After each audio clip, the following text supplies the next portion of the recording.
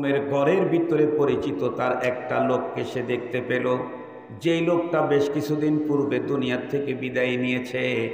উনি তখন ওই লোকটাকে জিজ্ঞাসা করলো, এই ঘুমন্ত ব্যক্তি বুজুর্গ ভাই তুমি কেমন আছো? লোকটি তখন উত্তর করলো, ভাই তাম দুনিয়ার ভিতরে বন্ধুরা আমার হাকিমুল উম্মত নামে যিনি খ্যাতি অর্জন করেছিলেন, উনি ওনার কিতাবের ভিতরে লিখেছেন ইন্ডিয়ার ভিতরে একজন আলেম দিনদার মানুষ ছিল, বড় বুজুর্গ ছিল। এই লোকটি বন্ধুরা আমার পথ চলতে চলতে কোনো এক রাত্রে ঘুমিয়ে গেছে। ঘুমের ঘরের ভিতরে পরিচিত তার একটা লোককে সে দেখতে পেল, যেই লোকটা বেশ কিছুদিন পূর্বে দুনিয়ার থেকে বিদায় নিয়েছে। উনি তখন ওই লোকটাকে জিজ্ঞাসা করলো, এই ঘুমন্ত ব্যক্তি বুজুর্গ ভাই তুমি কেমন আছো? লোকটি তখন উত্তর করলো, ভাই আমি কেমন থাকতে পারি, দুনিয়াতে আমার কোনো ছেলে সন্তান নাই, শুধুমাত্র একটা মেয়ে রেখে আসছি, আর পার্থিব জগতে আমি তেমন কোনো যথেষ্ট পরিমাণে নেকির পুঁজি নিয়ে কবরে আসতে পারি নাই। এ কারণে আমার কবরের ভিতরে অবস্থা অত্যন্ত ভয়ঙ্কর। এই জন্যেই তো একজন কবি বলে দিয়েছেন, আয়া সাহিবাদ যামবি লা তাকনাতু ফাইন্নাল ইলাহা রাউফুন রাউফ ওয়ালা তারহালান্না বিলা উদ্দাতিন ফাইন্নাত তরিকা মাখুফুন মাখুফ। কবি বলেন, ও গুনাহগার, তুমি যতই গুনাহ করে থাকো না কেন, তাই বলে জীবনে কোনোদিন নিরাশ হইও না, কারণ আমার আল্লাহ বড় ক্ষমাশীল, বড় দয়াবান। আমার আল্লাহর দয়া কেমন? আল্লাহ নিজেই বলেন, ক্বালা রাসূলুল্লাহ সাল্লাল্লাহু আলাইহি ওয়াসাল্লাম, ক্বালা আল্লাহু তাআলা। সবার জন্য দোয়া করব। আর আজকের আলোচনাটা পিতামাতার হক নিয়ে আলোচনা করব, তবে ব্যতিক্রম আলোচনা হবে। সারা জীবন তো শুনছেন হলো আব্বা আম্মা বেঁচে থাকলে তাদের কি হক। আজকে বলবো হলো আব্বা আম্মা মরে গেলে তাদের কি হক। এই আলোচনা শুনেন নাই, হয়তো বা জীবনে একবার শুনছেন, এটা আলোচনা হয়ই না। এই জন্য কোনো ভূমিকা বাদ দিয়ে আমার আর একটা প্রোগ্রামে যেতে হবে, ওয়াদা দেওয়া আছে। এক প্রোগ্রাম থেকে আসতেছি, সকালে খানা খেয়েছি নীলফামারী, দুপুরের খানা খেয়েছি ঢাকায়, জুমার নামাজ পড়াছি, রাত্রের খাবার খেলাম বনবাড়িয়া, আপনাদের এখানে এসে চা খেলাম, আগামীকালকে চলে যাব চট্টগ্রামে, 3টা প্রোগ্রাম। এই জন্যে খুব অল্প সময় দেব, তবে অল্প সময় পোষায় দেব। আপন লোক অল্প সময় কাম করলে না এটা পোষায়। ওই যে কামলা কিন্তু 2 রকমের, একটা হলো দিন বাবার একটা চুক্তি। দিন বাবা যদি কাজে নেন সারা দিনে 4 পাই ওঠে না, আর যদি চুক্তি দেন দেখুন 3 দিনের কাম 1.5 দিনই কমপ্লিট। ঠিক বললাম তো? আমি আজকে চুক্তি নিলাম, আজকে রাত ভাও না, ঘন্টা ভাও না, চুক্তি বয়ান করব। আমি একটা সাবজেক্ট আপনাদেরকে বুঝাবো। আমাদের দেশের মানুষ মনে করে যে আব্বা আম্মা যতদিন বেঁচে আছে তার খেদমত করলাম, তাকে খাওয়াইলাম, পেশাব পায়খানা করলো নিজ হাতে পরিষ্কার করলাম, পিঠে করে তাকে বহন করলাম, তো আব্বা আম্মা মারা গেল, আমি আজকে বেঁচে গেলাম না। শরীয়ত বলেছে আব্বা আম্মা বেঁচে থাকতে 7টা হক, আর যেদিন আব্বাকে কবর দিয়ে আসলাম সেই দিন থেকে আব্বা আম্মার আরও 7টা হক আমার জিম্মায়। তাহলে আব্বা আম্মা মারা গেলে আব্বা আম্মার হক শেষ হবে না। আব্বা আম্মার হক শেষ হবে কবে? যেদিন আমার মুখে মাটি পড়বে সেদিন, যেদিন আমি মরে যাব। যতদিন পর্যন্ত আমি বেঁচে আছি ততদিন পর্যন্ত আব্বা আম্মার হক আছে।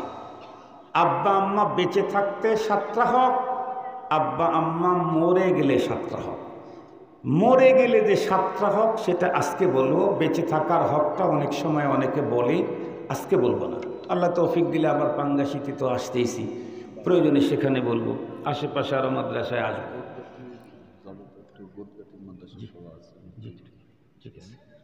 ওই ছোট ভাইদের তোরা আছে তো, আর একটা প্রোগ্রাম আছে আমাদের, যেমন 2টা 3টা, ওদের 2টা 3টা। ঠিক আছে, আলহামদুলিল্লাহ। তো আব্বা আম্মা মারা গেলে 7টা হক। কয়টা হক বলেন? এটা আজকে মুখস্থ করে নিয়ে যাবেন, পাশে কবরস্থান আছে না, এই জন্য আমি আরও এই আলোচনাটাকে বেছে নিয়েছি। 1 নম্বরের হক হলো, আব্বা আম্মা ইন্তেকাল করলে সর্বপ্রথম তার ওসিয়ত যেটা করে গেছে এটাকে পালন করে দেওয়া। দুঃখের কথা হলো বর্তমান সমাজে আমাদের মুসলিম পিতামাতা কি ওসিয়ত নসিহত করে যেতে হয় এটা জানেই না। বুজুর্গরা জানেন, আল্লাহওয়ালা যারা তারা জানেন। তারা প্রত্যেক দিন ঘুমানোর আগে নতুন করে ওসিয়তনামা লিখে দিয়ে তারপরে ঘুমান। কেন? যদি ঘুম থেকে আল্লাহ না জাগায় দেন তাহলে আমার এই কাজগুলি যদি না হয় আমি পরপারে আল্লাহর আদালতে ধরা খেতে হবে। আর আমি লিখে দিয়ে গেলাম আমার সন্তানেরা একটা মানুক না মানুক আমার পরপারে কোনো ঝামেলা হবে না। এজন্য বুজুর্গরা আল্লাহওয়ালারা প্রতিদিন ঘুমাবার আগে জরুরি কিছু নসিহত ওসিয়ত তারা লিখে দিয়ে যেতেন। তো আব্বা আম্মার যদি কোনো ওসিয়ত থাকে এটা সন্তানের জিম্মায় এটাকে পূরণ করে দিতে হবে। 1 নম্বর হক। 2 নম্বর হক হল, আব্বা আম্মা ঋণ করে গেছেন, সেই ঋণ পরিশোধ করতে হবে। কেন? কারণ মানুষের ঋণ এটা ভয়ঙ্কর এক জিনিস।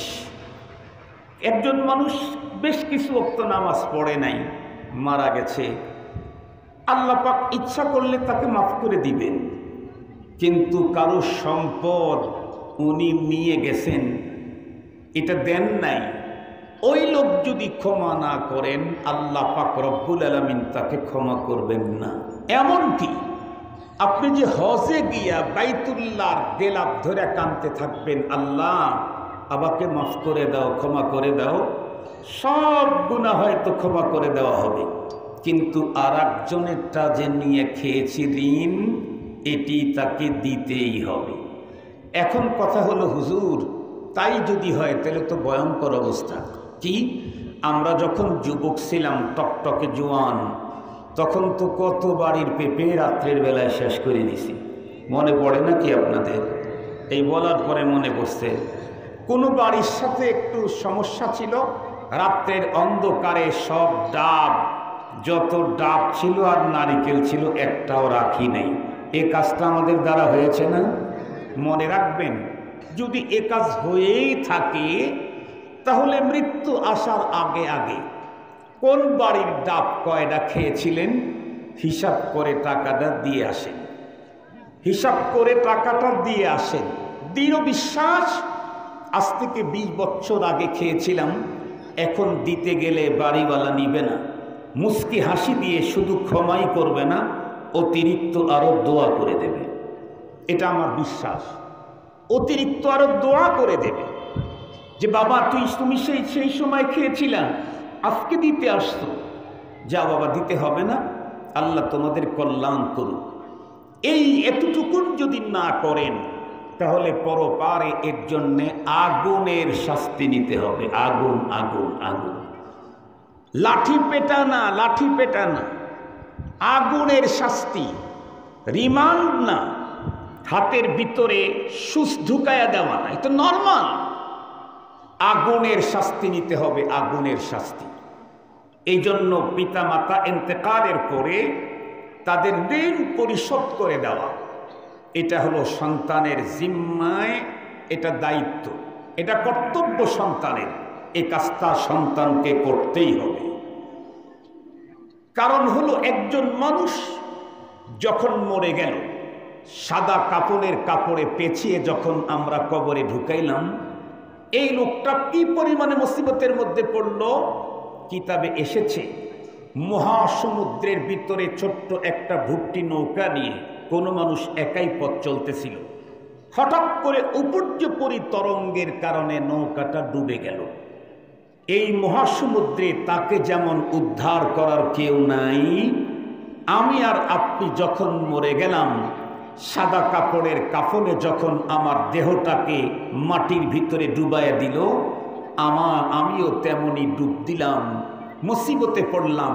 আমি হাজার চিল্লাইতে থাকলেও আমার চিল্লানি পৃথিবীর কোনো মানুষের কানে যাবে না। আমাকে উদ্ধার করার কাউকেই পাওয়া যাবে না। এই জন্যে মুসলমান ভাই খুব ভালো করে বুঝবেন, আব্বা আম্মা যতদিন পর্যন্ত পৃথিবীতে বেঁচে ছিল ততদিন পর্যন্ত আব্বা আম্মার খেদমত করা, তাদের সেবা করা যেমন দায়িত্ব, আব্বা আম্মাকে আজকে কবর দিয়ে আসলাম তার মানে আমার দায়িত্ব ফুরিয়ে গেল না, বরং নতুন দায়িত্ব আমার জিম্মায় আসলো। এক নম্বরের দায়িত্ব হলো আব্বা আম্মার ওসিয়তটা আমাকে পূরণ করে দিতে হবে। বাবা যদি শরীয়তের ভিতর থেকে কোনো ওসিয়ত করে গিয়ে থাকে, সেই ওসিয়ত পালন করতে যত হাজার কোটি টাকাই লাগুক না কেন, বাবার যদি বন্ধুরা আমার তার চাইতে আরো অনেক অনেক গুণে টাকা বেশি থাকে, তাহলে সেই ওসিয়তনামা পূরণ করতে হবে। যেমন ধরে নেন, ঢাকা গুলশানের ভিতরে কোনো এক বাবা ৪৫ শতক জায়গা রেখে গেছে, ১ শতকের দাম কয়েক কোটি টাকা। সেখান থেকে মাত্র ১.৫ শতক জায়গা আল্লাহর রাস্তায় দান করার জন্য ওসিয়ত করে গেল। সন্তানেরা যদি চিন্তা করে গুলশানের ১ কাঠা জায়গার দাম ১০ কোটি ২০ কোটি টাকা, এতগুলি তো আমরা দেব না, তা কখনোই হবে না। বাবার ওসিয়ত আপনাকে পালন করতেই হবে, কারণ সম্পদ তো আপনার না, সম্পদ ছিল আপনার বাবা। বাবা তো আপনার সমস্ত সম্পদ ওসিয়ত করে যায় নাই। কোনো বাবা যদি এমন করে তার সমস্ত সম্পদগুলি অন্যকে দেওয়ার জন্য ওসিয়ত করে গেছে, তাহলে সেই ওসিয়ত বন্ধুরা আমার মানতে হয় না। নির্ধারিত একটা বন্ধুরা আমার বাইন্ডিং এর ভিতরে মানতে হয়। ২ নাম্বার হলো, বাবা কার কার কাছে ঋণ করে গেছেন, খুঁজে খুঁজে ঋণদেরকে বন্ধুরা আমার ঋণ নিয়েছেন যাদেরকে, এই ঋণগুলি পরিশোধ করতে হবে।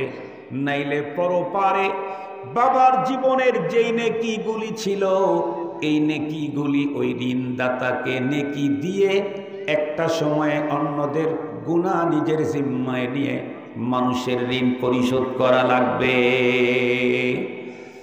খুব ভালো করে বুঝবেন, বর্তমান সময়ের ভিতরে আল্লাহর মেহেরবানিতে আমাদের নামাজির সংখ্যা কম নাই, রোজাদারের সংখ্যাও কম নাই।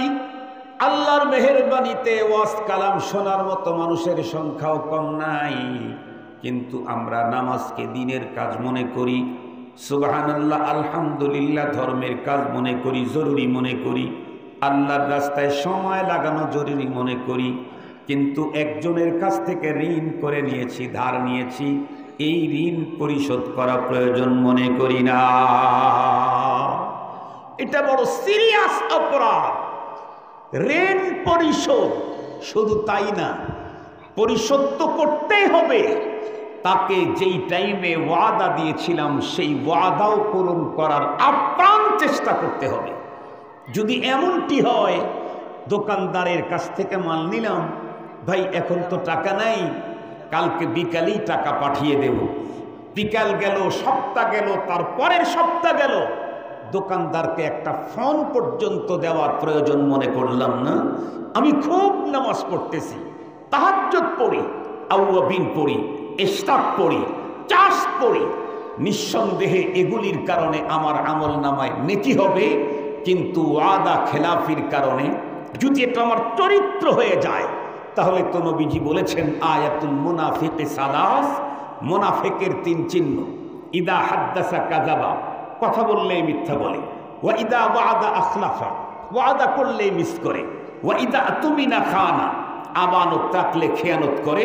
নবীজি বলেন ওয়া ইন সাল্লা ওয়া সামা ওয়া জামা আন্নাহু মুসলিমুন, এই লোকটা যদি নামাজও পড়ে, রোজাও রাখে, নিজেকে মুসলমান বলে ভাবতে থাকে, নবীজি বলেন তারপরেও আমি রাসূল বলছি ও মুনাফিক।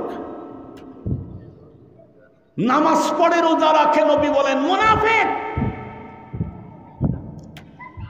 মুসলমান ভাইরা, আমার লম্বা কথা বলতে চাই না।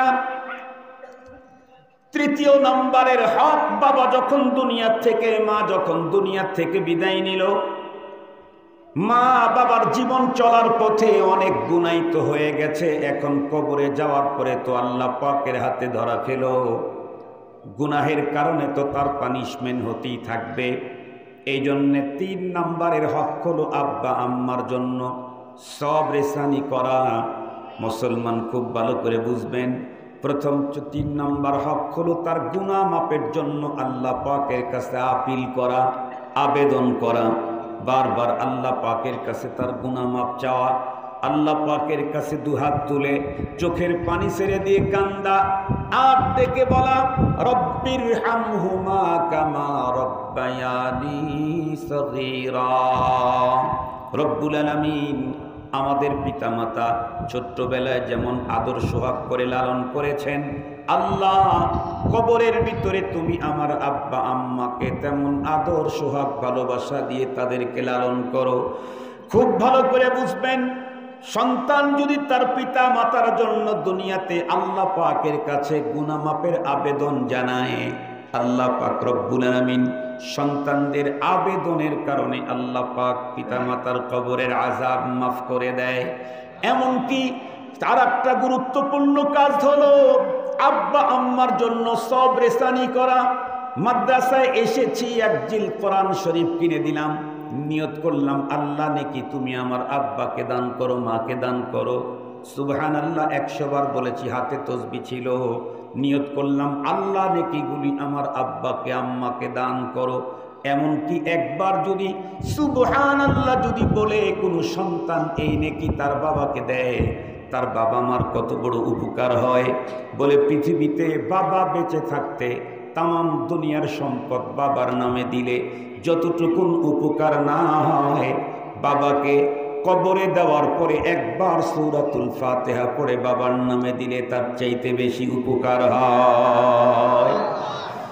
আপনারা শুনলে বড় অবাক হবেন, হাকিমুল উম্মত মুজাদ্দিদুল মিল্লাত শাহ আশরাফ আলী থানভী রহমাতুল্লাহি আলাইহি তাম দুনিয়ার ভিতরে বন্ধুরা আমার হাকিমুল উম্মত নামে যিনি খ্যাতি অর্জন করেছিলেন, উনি ওনার কিতাবের ভিতরে লিখেছেন ইন্ডিয়ার ভিতরে একজন আলেম দিনদার মানুষ ছিল, বড় বুজুর্গ ছিল।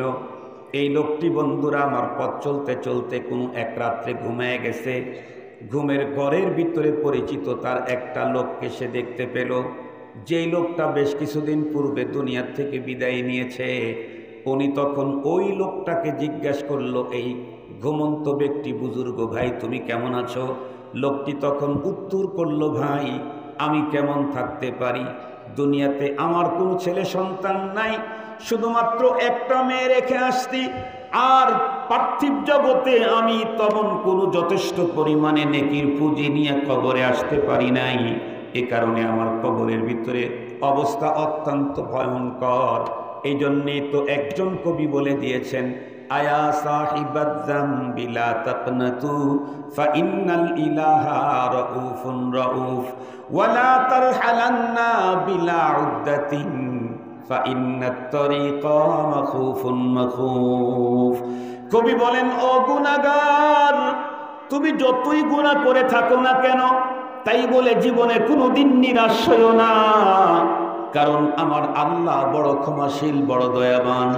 আমার আল্লাহর দয়া কেমন? আল্লাহ নিজেই বলেন, ক্বালা রাসূলুল্লাহ সাল্লাল্লাহু আলাইহি ওয়াসাল্লাম, ক্বালা আল্লাহু তাআলা ইন্না রাহমাতি সাবাকাত গাযাবি। আল্লাহ বলেন, আমার রাগও আছে, দয়াও আছে, তবে আমার দয়ার কাছে আমার রাগ আজীবনই হার মানে। আল্লাহ পাকের দয়া কি পরিমাণ! এই প্রসঙ্গ বলতে গিয়ে জামানার রুমি বলা হতো হাকিম মোহাম্মদ আখতার সাহেব রহমাতুল্লাহি আলাইহি, করাচির বড় বুজুর্গ ছিলেন, দুনিয়ার থেকে অল্প কিছুদিন পূর্বে বিদায় নিয়েছেন। উনি বলেন, পাকিস্তানের করাচি শহরটা একটা সমুদ্রের ধারে, লক্ষ লক্ষ করাচি শহরের মানুষ প্রতিদিন 2-3 বার টয়লেটে যায়, পায়খানা করে, পেশাব করে, নানা রকমের ময়লাগুলি ছাড়ে, সবগুলি ড্রেনের মাধ্যমে সমুদ্রের কর্নারে গিয়ে জমা হয়। পুরা কর্নারটা গন্ধ হয়ে যায়, বিশ্রী হয়ে যায়। এইভাবে 1 মাস 1.5 মাস পর্যন্ত চলতেই থাকে। হঠাৎ করে যখন সমুদ্রের ভিতরে তরঙ্গ তৈরি হয়, সুরঙ্গের একটা জোয়ারে একটা তরঙ্গতে লাখ লাখ মানুষের পায়খানা মুহূর্তের ভিতরে পরিষ্কার করে দেয়। হযরত হাকিম মুহাম্মদ আখতার সাহেব রহমাতুল্লাহি আলাইহি বলেন, আল্লাহ পাকের তৈরি করা পানির সমুদ্র যদি লক্ষ লক্ষ মানুষের পায়খানাকে বৎসর ধরে পায়খানা, মাসব্যাপী পায়খানা একটা তরঙ্গে যেমন পরিষ্কার করে, এর চাইতে আল্লাহর রহমতের দরিয়া, মাগফিরাতের দরিয়ার তরঙ্গ অনেক বড়। এ কারণেই একজন মানুষ 1000 বৎসর পর্যন্ত যখন গুনাহ করে করে এক পর্যায়ে যখন পরপারের ভয় তার অন্তরের ভিতরে ঢোকে, কবরের ভয় যখন তার অন্তরের ভিতরে ঢোকে, মৃত্যু মানুষের কথা যখন তার স্মরণে চলে আসে, লোকটি তখন চোখের পানি ছেড়ে মালিকের সঙ্গে যখন কন্ট্যাক্ট করে, ওর চোখের পানি ওর চোখের কর্নার দিয়ে জমিনের ভিতরে পড়ার আগে আল্লাহর মাগফিরাতের সমুদ্রের ভিতরে একটা তরঙ্গ তৈরি হয়। এক তরঙ্গে আল্লাহর বান্দার 1000 বছরের গুনাহ আল্লাহ মাফ করে দিয়ে দেয়। এ কারণে কবি বলেন, আয়া সাহিবাত যামবি লা তাকনাতু, হে গুনাহগার তুমি কখনো নিরাশ হইও না। কেন? ফাইন্নাল ইলাহা রাউফুন রাউফ, আমাদের মালিক যিনি উনি সিরিয়াস, ক্ষমাশীল। তুমি কত গুনাহ করতে পারো, তার চাইতে মায়া উনি বেশি করতে পারেন। সুবহানাল্লাহ ওয়া বিহামদিহি। তবে কবি আবার আর একটা কথা বলেন, ওয়ালা তারহালান্না বিলা উদ্দাতিন ফাইন্নাত তারিকা মাখুফুন মাখুফ, আল্লাহর অনেক দয়া আছে, তাই বলে তুমি পুঁজি ছাড়া কবরের পথে যাত্রা করো না। আল্লাহর অনেক দয়া আছে, তাই বলে তুমি পুঁজি ছাড়া কবরের পথে যাত্রা করো না। বলে কেন? কারণ কবরের পথ বড় ভয়ঙ্কর, ডিয়ারিং, ভয়াবহ। এইখানে পুঁজি ছাড়া ঢুকলে তার কোনো গতি থাকে না। এই জন্যে দুনিয়া থেকে আমাকে পুঁজি নিয়ে যেতে হবে, আমার পুঁজি আমাকেই করতে হবে। আমি যদি আমার পুঁজি না গোছাই, আমি মরণের পরে আমার ছেলে আমার পুঁজি গুছিয়ে দিবে। এ তো পাগলের বক্তব্য, এটা হলো পাগলের বক্তব্য।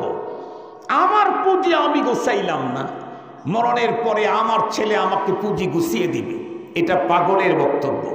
এজন্য দুনিয়া থেকে প্রতিদিন আমাকে পরপারের পুঁজি বড় করতে হবে, বড় করতে হবে, বড় করতে হবে।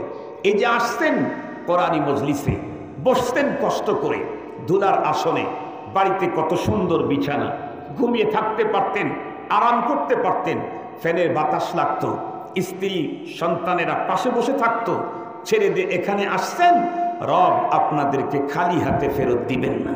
কিতাবে এসেছে, নিয়ত যদি সহি থাকে, সঠিকভাবে যদি কোরআনের কথাগুলি শুনতে থাকে, তাহলে গুনার বোঝা নিয়ে এখানে ঢুকেছি, গুনার পাহাড় নিয়ে ঢুকেছি। যখন এই এরিয়া থেকে বের হব, তখন কাউকে কাউকে ইখলাসের ভিত্তিতে, মা যেমন তাকে জন্ম দিয়েছিল নিষ্পাপ, তেমন করে আল্লাহ বের করে দিবে। কাউকে কাউকে একই স্কুলে পড়ে একজন সচিব হয় আর একজন ভ্যান চালায়, ঠিক বললাম না? ঠিক বললাম? একই স্কুলে, একই ক্লাসে, একই টিচার, একই বিদ্যালয়, একই বই, একজন হয় সচিব আর একজন ভ্যান চালায়। কেন? যে ভ্যান চালায় ও পড়ে নাই, ও ফাঁকি দিয়েছে, ওস্তাদকে ফাঁকি দেয় নাই, ও বিদ্যালয়কে ফাঁকি দেয় নাই, বাবাকে ফাঁকি দেয় নাই, ও নিজেকেই ফাঁকি দিয়েছে। এজন্য এখন ভ্যান চালাইতে হয়। আর যে ঠিকঠাক মতো নিয়ম মেনে, ওস্তাদের কমান্ড মেনে সঠিক পদ্ধতিতে পড়েছে, এখন তাকে সিকিউরিটি দেওয়ার জন্য সরকারের পুলিশ পাহারা এসে পথ চলতে থাকে। তার গাড়ির অভাব নাই, বাড়ির অভাব নাই, তার টাকার অভাব নাই, তার শান্তির অভাব নাই, তার চেয়ারের অভাব নাই, তার পাওয়ারের অভাব নাই। চোখের ইশারা করলে লাখ মানুষ জমা হয়ে যায়। ঠিক তদ্রূপ এই মাহফিলে অনেক মানুষ এমন আছে যারা ইখলাসের সাথে এসেছে, কোরআনের কথা দিল দিয়ে শুনছে, আমলের নিয়তে শুনছে। এরা যখন বের হবে, সচিবের মতো করে আল্লাহ আরো বড় মর্যাদা দিয়ে বের করে দিয়ে দিবে। এই জন্য মুহতারাম হাজিরিন, যখনই আল্লাহ যতদিন দুনিয়াতে বাঁচিয়ে রাখেন, যেখানেই বয়ান শুনতে যান, সুর, স্বর, ঢং, কেমনে বিড়ি খায়, কেমনে গান গায়, এগুলি দেখার নিয়ত করে কখনো যায়েন না। তাইলে কিন্তু ওই যে স্কুলে পড়েও ভ্যান চালকের মতো হতে হবে। ওয়াজ মাহফিলে গিয়েও নিজের কোনো গুনাহ মাফ হবে না, আমল নামায় নেকি জমা হবে না, খালি হাতে ফিরে আসতে হবে। আসতে হবে ইখলাসের সাথে, বসতে হবে নিয়ম মেনে। তাহলে আল্লাহ যিনি বলতেছেন তাকে যেই পরিমাণে নেকি দিবেন, যিনি শুনতেছেন তাকে সেম নেকি আল্লাহ দান করবেন। মুহতারাম হাজিরিন, তো বাবার হকের কথা বলতেছিলাম, মনে আছে না আপনাদের? ওই যে এক আল্লাহর বান্দা বুজুর্গ মানুষ স্বপ্ন দেখলেন আর একজন লোককে, যে লোকটা মারা গেছে। তো জিজ্ঞাসা করলো স্বপ্নেই, ভাই আপনি কেমন আছেন? উনি বলতেছেন আমি কেমন থাকবো, আমার তো নসিব বড় খারাপ। কেন? আল্লাহ আমাকে কোনো ছেলে সন্তান দেয়নি। তো তাতে সমস্যা কি? আল্লাহ একটা শুধু মেয়ে দিয়েছেন, আর আমিও দুনিয়া থেকে পর্যাপ্ত পরিমাণে পুঁজি নিয়ে কবরে আসতে পারি নাই। আমার আমল নামায় অনেক গুনাহ, এ কারণে আমাকে এখন দৈনিক এই টাইম থেকে এই টাইম পর্যন্ত শাস্তি দেওয়া হয়। এই কথা বলে লোকটা কান্নাকাটি করে জীবিত বুজুর্গকে ডেকে বলল, ভাই আপনি তো আমার এই একটা মাত্র মেয়ে আছে, তাকে আপনি চিনেন? বলে হ্যাঁ চিনি, কিন্তু দুঃখের কথা আপনি তো আমার মেয়ের খোঁজ রাখেন না। বলে না, জানি না কি করে, এখন জানি না। লোকটি তখন লজ্জায় তখন উত্তর করলো, কি বলবো ভাই, একটা মাত্র মেয়ে পৃথিবীতে রেখে আসছি, কিন্তু মেয়েটা দিনদার না, বরং দেহ ব্যবসায়ী। মেয়েটা নামাজ কালামের ধার ধারে না, চরিত্রহীনা মেয়ে। আজকে এই বাজার, কালকে সেই বাজার, আজকে এই পুরুষ, কালকে সেই পুরুষ। যদি আমার ওই মেয়ের সঙ্গে আপনার কোনোভাবে দেখা হয়, তাহলে আমি আপনাকে করজোরে অনুরোধ করি, আপনি আমার কবরের বেহাল দশার কথা আমার মেয়েকে একটু ডেকে বলবেন, আর তাকে বলবেন সে যেন নিজেকে জাহান্নামের আগুন থেকে বাঁচায়। যদি সম্ভব হয় আমার জন্য যেন আল্লাহ পাকের কাছে কিছু খয়রাত আমার জন্য নেকি রেসানি করে। আল্লাহর বান্দা বুজুর্গ ঘুম থেকে উঠলেন বটে, ঘুরেন, কিন্তু ওই মেয়েকে খুঁজে পাওয়া যায় না। কারণ মেয়ের তো ভালো মানুষের সঙ্গে তার কোনো বসবাস নাই, এলাকার দুষ্টদের সঙ্গে তার চলাফেরা। আর এই বুজুর্গ তো দুষ্টদের কাছে যায় না। এক পর্যায়ে পথ চলতে চলতে চলতে চলতে একদিন হঠাৎ করে ওই যুবতী মেয়ের সঙ্গে দেখা হয়ে গেল, মৃত ব্যক্তির মেয়ে। কিন্তু তখন কন্ডিশন ছিল হলো এই, মেয়েটি যুবতী হওয়ার পরেও খোলা আকাশের নিচে দিঘির ভিতরে দাঁড়িয়ে গোসল করছে। দিঘির ভিতরে দাঁড়িয়ে গোসল করা মেয়ে মানুষের জন্য বৈধ না অবৈধ? জায়েজ না নাজায়েজ? হালাল না হারাম? নিঃসন্দেহে হারাম। একজন নারী আল্লাহ পাক তাকে যেই সৌন্দর্য দিয়েছেন, সেই সৌন্দর্য বিশেষ কিছু মানুষের সামনে প্রকাশ করতে পারবে, সবার সামনে প্রকাশ করতে পারবে না। সৌন্দর্য তো দূরের কথা, একজন মুসলিম নারী তার মধুর কণ্ঠস্বরে ভিন্ন যে কোনো পুরুষের সঙ্গে কথা বলার অনুমতি নাই। আল্লাহ পাকের কোরআনে আল্লাহ বলেন, ইয়া নিসা আন-নাবিয়্যি ইনিত্তাকাইতুন্না ফালা তাখদা'না বিল কওল ফায়াতমা'আল্লাযী ফী কলবিহি মারাদু ওয়া কুলনা কাওলাম মা'রুফা। ফায়াতমা'আল্লাযী ফী কলবিহি মারাদু ওয়া কুলনা কাওলাম মা'রুফা। আল্লাহ পাক নবীর স্ত্রীগণকে ডাইরেক্ট সম্বোধন করে কিয়ামত পর্যন্ত আনেওয়ালা সকল মুসলিম নারীদেরকে সম্বোধন করে বললেন, হে নবীর স্ত্রীগণ, হে মুসলিম নারীগণ, খবরদার জীবনেও তোমরা কোনোদিন ভিন্ন কোনো পুরুষের সঙ্গে তুমি তোমার মধুর কণ্ঠস্বর তো শুনতে দিও না। পরপুরুষের সঙ্গে কখনোই সুন্দর মিষ্টি ভাষায় কথা বলবা না। অন্য পুরুষের সঙ্গে কথা বলারই পারমিশন নাই। যদি প্রয়োজনের ক্ষেত্রে কথা বলতেই হয় তাহলে কর্কশ ভাষায় কথা বলবা। কেন কেন? আল্লাহ পাক বলেন, তুমি যদি মধুর কণ্ঠস্বরে ভিন্ন কোনো পুরুষের সঙ্গে কথা বলো, তাহলে মনে রেখো, যেই পুরুষের অন্তরের ভিতরে রোগ আছে, দেহের রোগের কথা বলেন নেই, অন্তরে যাদের রোগ আছে, নেফাকির রোগ অথবা জউফে ঈমানের রোগ যারা আছে, তোমার মধুর কণ্ঠস্বর শুনলে তোমাকে তার কাছে পাওয়ার জন্য লালসায় লিপ্ত হবে। মুসলমান ভাইরা রে আমার, শরীয়ত আর কোরআন নারীদের আওয়াজ পর্যন্ত পর্দা করতে বলেছেন। অথচ এই মুসলিম নারী খোলা আকাশের নিচে দিঘির ভিতরে দাঁড়িয়ে দাঁড়িয়ে গোসল করছে, কবিরা গুনাহ। এরপরেও আল্লাহর বান্দা দেখতেই পায় না। আজকে তাকে পেয়ে লজ্জায় নিজে পুরুষটা মাথা নিচের দিকে দিয়ে মহিলাকে ডেকে বলল, মা শোনো, তোমাকে দুইটা কথা বলার জন্য খুঁজি পাই না। বলে কি কথা বলেন? ওর ভাবটাই অন্য রকমের। এই বুজুর্গ উত্তর করলেন, মা কয়েকদিন পূর্বে স্বপ্নের ঘরে আমি তোমার আব্বার সঙ্গে দেখা পেয়েছি। তোমার আব্বাকে জিজ্ঞাসা করলাম, পরপারে আপনি কেমন আছেন? সে উত্তর করলো, বড় শাস্তির ভিতরে আছি। এই জন্য তোমার ব্যাপারে তোমার বাবা আমাকে মেসেজ করেছে, আমি যেন তোমাকে বলি তুমি নাকি গুনাহের কাজে লিপ্ত আছো, তুমি তোমাকে জাহান্নামের আগুন থেকে বাঁচাও। আর যদি সম্ভব হয় বাবার জন্য রুহের মাগফিরাতে কিছু আল্লাহর রাস্তায় দান করে নেকির ব্যবস্থা করে দাও। বুজুর্গ বলেন, বাবার পরপারের কষ্টের কথা বলার পরেও মেয়েটির অন্তর কিঞ্চিত পরিমাণ গলল না। আমি অবাক হয়ে গেলাম, আল্লাহ তোমার জমিনে এত কঠোর হৃদয়ের নারীও তুমি তৈরি করেছো। বাবার পরপারের কষ্টের কথা শুনেও যার অন্তরটা গলে না, এর চাইতে বড় সঙ্গে দিল মানুষ দুনিয়ার ভিতরে আর কে হবে? একটা পর্যায়ে ওই মেয়েটি দীর্ঘক্ষণ পর্যন্ত দাঁড়িয়ে থাকলো থমকে, কোনো উত্তর দিচ্ছে না। একটা পর্যায়ে সে পানির ভিতরে দাঁড়িয়েছিল, পানির ভিতর থেকে এক চোল পানি বন্ধুরা আমার হাতে নিল, নিয়ে বন্ধুরা আমার শুষ্ক শুষ্ক জায়গার দিকে এভাবে ছুঁড়ে দিয়ে বলল, এ আল্লাহর বান্দা বুড়ো, আমি আমার বাবার জন্য এই পানিটুকুন এখন দিলাম, এর চাইতে বেশি কিছু দেওয়ার মতো সুযোগ আমার কাছে নেই। আল্লাহর বান্দা বুজুর্গ চোখের পানি ছেড়ে কান্না করলেন, আল্লাহ পৃথিবীতে নারী নামক কেমন সঙ্গে দিলের মানুষ তুমি তৈরি করেছো। বাবার পরপারের কষ্টের কথা শুনেও সে আমার দিকে তাচ্ছিল্য করে এক চোল পানি ফিকে দিল। সে বলে বাবার জন্য এর চাইতে বেশি কিছু দেওয়ার সুযোগ নাই। উনি তখন কান্নাকাটি করে চলে গেলেন। একদিন, 2 দিন, 3 দিন পরে ঘুমের ঘরে আবার স্বপ্নে ওই লোকের সঙ্গে এই বুজুর্গের দেখা হয়ে গেল। হাকিমুল উম্মত থানবী রহমাতুল্লাহি আলাইহি বলেন, উনি তখন জিজ্ঞাসা করবেন, ভাই তুমি কেমন আছো?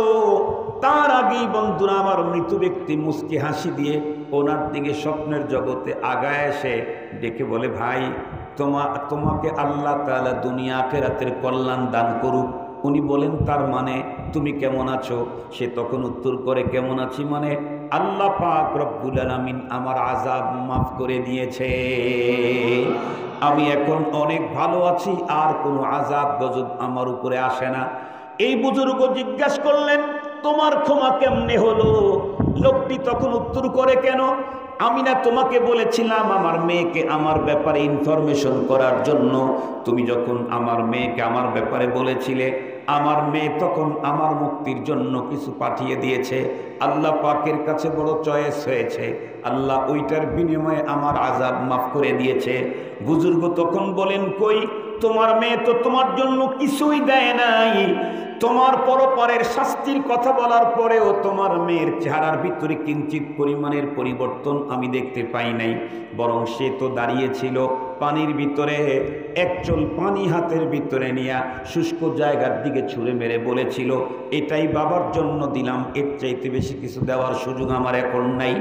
ওই লোকটা তখন উত্তর করে, আরে আল্লাহর বান্দা, আমার মেয়ে যে এক চোল পানি উপরে ফিকে মেরেছিল, ওই এক চোল পানির একটা ফোঁটা জমিনের এমন একটা জায়গায় পড়েছে যেখানে ছোট্ট একটা আল্লাহর তৈরি কীট তৃষ্ণার কারণে তার প্রায় মৃত্যু পায় অবস্থা, ওর মুখের সামনে গিয়ে যখন এক ফোঁটা পানি পড়েছে, ছোট্ট একটা কীট ওই পানি থেকে তৃপ্তি ভরে পানি পান করে তার জীবন ফিরিয়ে পেয়েছে। ওই ছোট্ট পোকা আল্লাহর কাছে কান্নাকাটি করে বলেছে, আল্লাহ এই মুহূর্তে যেই লোকটার পানির মাধ্যমে তুমি আমাকে জীবন দান করলে, ওর আপনজন যদি কোনো মুসিবতের মধ্যে থাকে এখনই তাকে মুক্ত করে দিয়ে দাও। মুসলমান ভাইরা রে আমার, এজন্যই তো হাদিসে পাকের ভিতরে আল্লাহর পয়গম্বর বলেন, ইরহামু আলা মান ফিল আরদি ইয়ারহামুকুম মান ফিস সামা। জমিনের ভিতরে যারা আছে আল্লাহর সৃষ্টি, এদের প্রতি তুমি দয়া করো, আসমানের মালিক তোমার উপরে দয়া করবেন। আল্লাহর পয়গম্বর আরো বলেন, আল্লাহু ফি আউনিল আবদি মা দামাল আবদু ফি আউনি আখি। যতক্ষণ পর্যন্ত একজন আল্লাহর বান্দা বান্দি কোনো একজন মানুষের সাহায্য করতে থাকে, ততক্ষণ পর্যন্ত আসমান জমিনের মালিক আল্লাহ তার বান্দাকে সাহায্য করতেই থাকে। আল্লাহু আকবার বলেন। সহজ কথা, সহজে বুঝেন। একটা কীট, তার প্রতি যদি আমার ভালোবাসা, তার প্রতি যদি আমার সহানুভূতির কারণে আল্লাহ আমাকে সহানুভূতি দেন, আমার বাবা দুনিয়া থেকে বিদায় নিয়েছেন, মা পরপরে কবরবাসী হয়ে গেছেন, আমি তার আত্মার মাগফিরাতের জন্য, তার আমলনামায় নেকি পৌঁছাবার জন্য আমি যদি কিছু করি, তো বিনিময়ে রব আমাকে কি পরিমাণে দিবেন? শুধু বাবার হকই আদায় হবে না, বরং আমার পাওনা তো আরো কয়েক কোটি গুণে বেড়ে যাবে। অপরকে দিলেই যদি এত নেকি হয়, বাবাকে দিলে কত নেকি হয়? অন্যকে দয়া করলে যদি এত নেকি হয়, মাকে দয়া করলে কত নেকি হয়? এই জন্য মনে রাখবেন, বাবা মরে গেল, আপনি খুব খেদমত করেছেন, খুব টাকা ব্যয় করেছেন, খুব তাকে সেবা যত্ন করেছেন, আপনি আজকের থেকে রেহাই পেয়ে গেলেন। নো, বাবা মরে গেল, নতুন করে 7টা হক আপনার জিম্মায় বাবার আরোপিত হলো। 1 নাম্বার ওসিয়ত পূরণ করা, 2 নাম্বার ঋণ পরিশোধ করা, 3 নাম্বার বাবার গুনাহ মাপের ব্যবস্থা করা। কান্নাকাটি করে, চোখের পানি ছেড়ে, সেজদায় পড়ে, গড়াগড়ি দিয়ে আল্লাহ পাকের কাছে বাবা মার গুনাহ মাপের ব্যবস্থা করা। এরপরে হলো 5 নাম্বার, আল্লাহ পাক বিভিন্ন পদ্ধতি দিয়েছেন বাবা মার আমল নামায় নেকি পৌঁছাবার, সেই পদ্ধতিগুলোর মাধ্যমে বাবা মার জন্য সব রেসানি করা। এরপরে গুরুত্বপূর্ণ আর একটা বিষয় হলো, আব্বা মারা গেছেন, চাচা বেঁচে আছেন, আব্বার বন্ধু আছেন, মা মারা গেছেন, খালা বেঁচে আছেন, আমার মার বান্ধবীরা বেঁচে আছেন।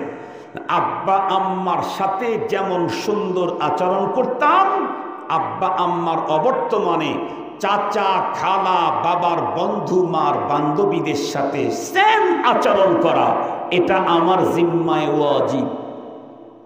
এটা আমার জিম্মায় ওয়াজিব। বাবার অবর্তমানে চাচার সাথে সুন্দর আচরণ করলে বাবার হক আদায় হয়। বাবার অবর্তমানে বাবার বন্ধুদের সাথে সুন্দর আচরণ করলে বাবার হক আদায় হয়। মার অবর্তমানে খালার সঙ্গে সুন্দর আচরণ করলে মার হক আদায় হয়। মার অবর্তমানে মায়ের বান্ধবীদের সাথে সুন্দর আচরণ করলে মার হক আদায় হয়। জীবদ্দশায় মার মর্যাদা বুঝি নাই, অনেক সময় কষ্ট দিয়েছি। মা নেই আজ, বাবা নেই আজ, কেমনে পূরণ করব? চাচা আছে না, খালা আছে না, তাদের সাথে সুন্দর আচরণ করতে থাকেন আর মার জন্য সব পৌঁছাইতে থাকেন। ইনশাআল্লাহ আপনারা যে সব পৌঁছাইতেছেন, বা মা বাবা 10 সন্তান রেখে গেছে, একজন কিছুই দেয় না বাবার জন্য, আরেকজন দেয় না, আরেকজন দেয় না, একজন দেয়। মা বাবা কবরে থেকে বোঝে যে আমার কোন সন্তান আমার জন্য কবরে এ নেকি পৌঁছাইতেছে। মা বুঝে। মা কবরে শুয়ে থেকে নিজের জন্য কিছুই মঞ্জুরি নিতে পারে না, কিন্তু আমার আর আপনার জন্য দোয়া করলে সেই দোয়া বিফলে যাবে না। মুসলমান ভাইরা রে আমার, খুব ভালো করে বুঝবেন। 6 নাম্বার ভালো করে বুঝবেন। 6 নাম্বার, মা বাবা বেঁচে থাকলে শীতকালীন যেমন মা বাবার জন্য শীতের পোশাক খরিদ করে দিতাম, ঈদের সময় মা বাবার জন্য পোশাক খরিদ করতাম, আমার জিম্মায় ফরজ ছিল। অনুরূপভাবে মা দুনিয়ায় নাই, বাবা দুনিয়ায় নাই, কিন্তু চাচা আছে, খালা আছে, অথবা 2 জনের বন্ধু অথবা বান্ধবী আছে, আর তারা এতটাই অভাবী যে তাদের জন্য একটা কাপড়ের প্রয়োজন, আর আল্লাহ পাক আমাকে ওই পরিমাণে অ্যাবিলিটিও দান করেছে। তাহলে মনে রাখবেন, শুধু আব্বার অবর্তমানে চাচাকে মোহব্বত করলেই হবে না, বরং আব্বার মতোই চাচাকে আর্থিক সহযোগিতাও করা লাগবে। বাবা বেঁচে থাকলে তাকে দিলে যেই পরিমাণে নেকি, বাবার অবর্তমানে চাচা বেঁচে আছেন, অভাবী মানুষ, তার জন্য দিলে সেই পরিমাণে নেকি, মাকে দিলে যেই পরিমাণে নেকি, মার বন্ধুরা আমার অবর্তমানে খালাকে দিলে সেই পরিমাণে নেকি। খালা অভাবী, হ্যাঁ যদি এমন হয় খালা আমার চাইতে ভালা, চাচা আমার চাইতে ধনী বড় লোক, আমি গরিব, তাহলে তো সেই ক্ষেত্রে আপনাকে দিতে হবে না। আপনার যদি ওই অ্যাবিলিটি থাকে তাহলে অবশ্যই বাবার অবর্তমানে চাচা, বাবার বন্ধুদেরকে আর্থিক সহযোগিতা করা আমাদের জিম্মায় ওয়াজিব। এটা বাবার হক। বাবা ইন্তেকাল করেছেন, এটা এখন হক। মা ইন্তেকাল করেছেন, এটা আমার হক মায়ের। 7 নাম্বার, এত কিছু করলাম, বাবার ওসিয়ত পালন করলাম, ঋণ দিলাম, বাবার গুনাহ মাফের জন্য আল্লাহর কাছে কান্নাকাটি করলাম, বাবার